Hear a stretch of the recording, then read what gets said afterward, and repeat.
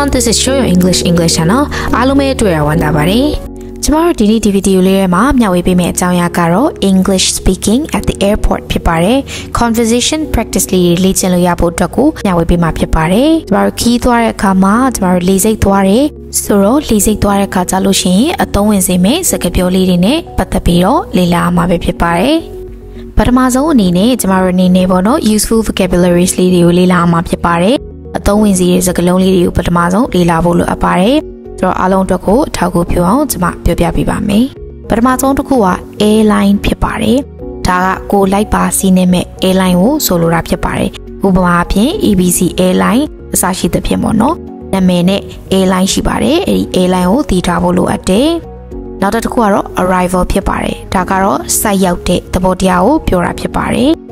နောက်တစ်ခုကတော့ departure ဖြစ်ပါတယ်။ departure ကတော့ထွက်ခွာတဲ့သဘောတရားကိုပြောတာဖြစ်ပါတယ်။နောက်တစ်ခုကတော့ boarding pass ဖြစ်ပါတယ်။ boarding pass ကအရင်အရေးကြီးပါတယ်။ boarding pass ရှိမှကျမတို့ဒီ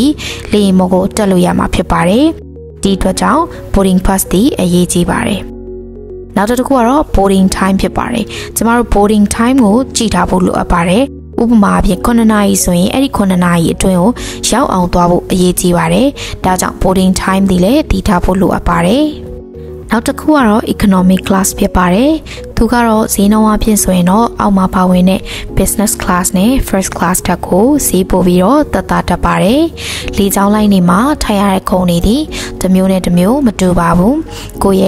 ဝယ်တဲ့လီရင်ပေါ့နော်လီရင်ပေါ်မှာမူတည်တယ်ပြီးသွားလို့ရှိရင်ကိုဝယ်တဲ့ ticket ပေါ်မှာမူတည်ပြီးတော့ဈေးနှုန်းနဲ့ထိုင်ရတာတွေလည်း꿰ပြပါတယ်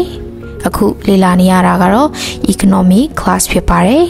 နောက်တစ်ခုကတော့ business class ဖြစ်ပါတယ်ဒါကတော့နည်းနည်းလေးဈေးပိုကြီးပြီးတော့သွားရတဲ့ class အမျိုးအစားတစ်ခုဖြစ်ပါတယ်နောက်တစ်ခုကတော့ first class ဖြစ်ပါတယ်ဒီ class 3ခုကတော့ economy business first ဆိုပြီးတော့꿰ရတယ်ဒါကတော့လေကြောင်းလိုင်းတွေပေါ်မှာမူတည်ပြီးတော့꿰ပါတယ်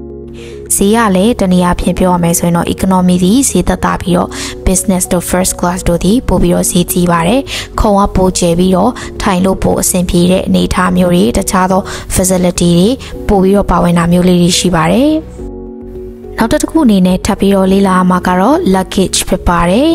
ခရီးသွားတဲ့အခါမှာတည်သွားတဲ့ခရီးဆောင်အိတ်တွေကို luggage လို့ခေါ်ပါတယ်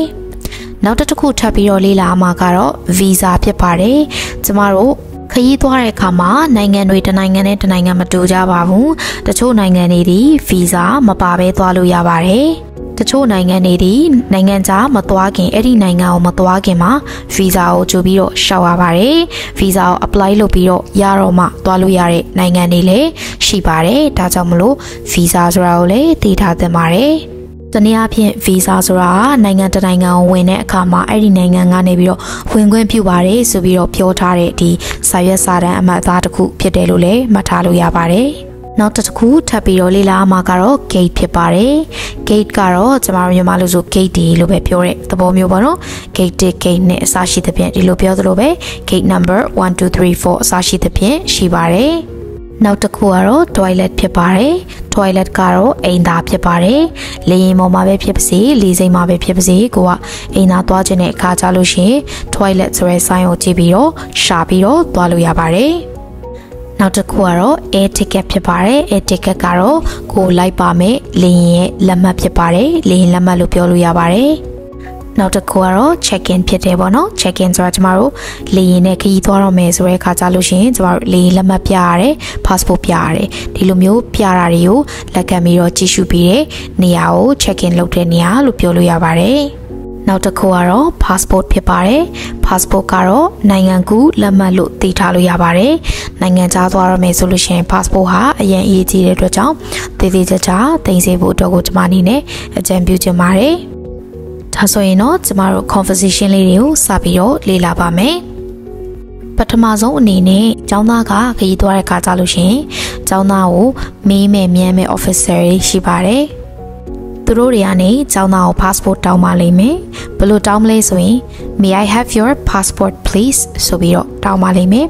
ဒီကကြလို့ရှိရင်ကျောင်းသားပေးရပါမယ်ဘယ်လိုပြောပြီးပေးလို့ရလဲဆိုရင် here you go ယူလိုက်ပါဆိုပြီးတော့ပြောပြီးတော့ပေးလို့ရပါတယ်နောက်တစ်ခုကောင်တာကသူကဘာပြောမလဲဆိုရင် နေအိတ်တီကို check လုပ်မလားဆိုပြီးတော့မေးပါလိမ့်မယ်ကျောင်းသားကိုဘယ်လိုမေးမလဲဆိုရင် Are you checking any bags ဆိုပြီးတော့မေးပါလိမ့်မယ်အဲ့အချိန်မှာကျောင်းသားကဒီတစ်ခုပဲလို့ပြောချင်တဲ့အခါကြလို့ရှင် just this one ဆိုပြီးတော့ပြန်ပြောလို့ရပါတယ်နောက်တစ်ခုကတော့ Can I see your boarding pass ဆိုပြီးသူကမေးပါလိမ့်မယ်အဲ့ဒါကပါလဲဆိုလို့ရှင်နင်းရဲ့ boarding pass ကိုကြည့်လို့ရမလားဆိုတဲ့အဓိပ္ပာယ်ဖြစ်ပါတယ်အဲ့ခါကြလို့ရှင်ကျောင်းသားကနေပြီးတော့ Sure yes အဲ့လိုမျိုးပြောပြီးတော့ကိုယ့်ရဲ့ boarding pass ကိုသူပေးလိုက်ပါနောက်တစ်ခုကတော့မေကိုမေးတဲ့ပုံစံပဲဖြစ်ပါတယ်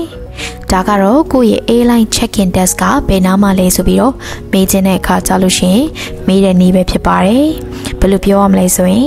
Excuse me where is the American Airlines check-in desk ဆိုပြီးတော့မေးလို့ရပါတယ်အတိတ်ပဲကတော့ကျေးဇူးပြုရတဲ့စိတ်လောက်ပါ American Airlines ရဲ့ check-in desk ကဘယ်နားမှာလဲမသိဘူးဆိုပြီးတော့မေးခြင်းတဲ့သဘောတရားဖြစ်ပါတယ်အခုလေ့လာမှာကတော့လေရင်ပေါ်မှာမေကိုမီနီလေးဖြစ်ပါတယ်။ကျမတို့လေရင်ပေါ်ရောက်တဲ့အခါကျလို့ရှင်တခါတလေကျလို့ရှင်အိပ်ဖို့အတွက်ကောင်းအောင်လေးလိုချင်တယ်၊စောင်းလေးလိုချင်တယ်၊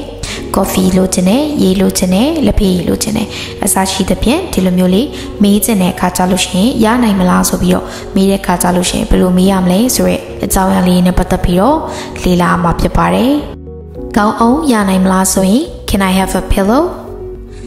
စောင်းရနိုင်မလားဆိုရင် Can I have a blanket အကယ်၍ရေဒါမှမဟုတ် coffee ဒါမှမဟုတ်လက်ဖေးရေဆိုရင် Could I have some water Could I have some coffee Could I have some tea ဆိုပြီးတော့မေးလို့ရပါတယ်ဒီဗီဒီယိုလေးကထောက်ကူပြုမယ်လို့ကျွန်မအနေနဲ့ယုံကြည်မျှော်လင့်ပါတယ်ဒါဆိုရင်တော့ကျွန်တော်တို့နောက်ထပ်ဗီဒီယိုတွေမှာထပ်ပြီးတော့တွေ့ပါမယ်ဒီနေ့ဒီဗီဒီယိုလေးကတော့ဒီလောက်ပါပဲBye for now see you in the next video